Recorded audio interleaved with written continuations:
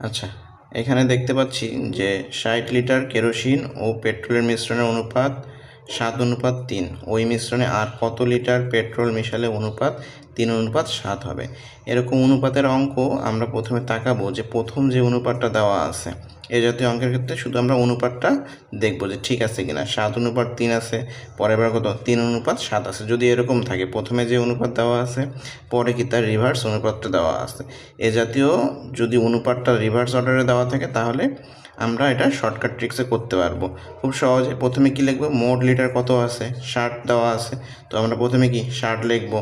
60 by দেওয়ার পর এখানে দেখব প্রথম যে অনুপাতটা দেওয়া আছে, মিশ্রণ অনুপাত কত দেওয়া আছে 7:3, এটার বিয়োগফল বের করব।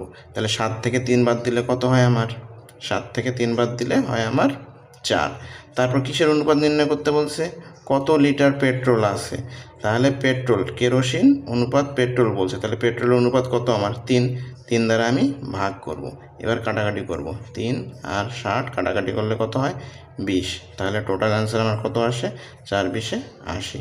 তাহলে 80 লিটার পেট্রোল মেশালে অনুপাত 3:7 হবে। তাহলে এটাই অ্যান্সার, সঠিক উত্তর গ।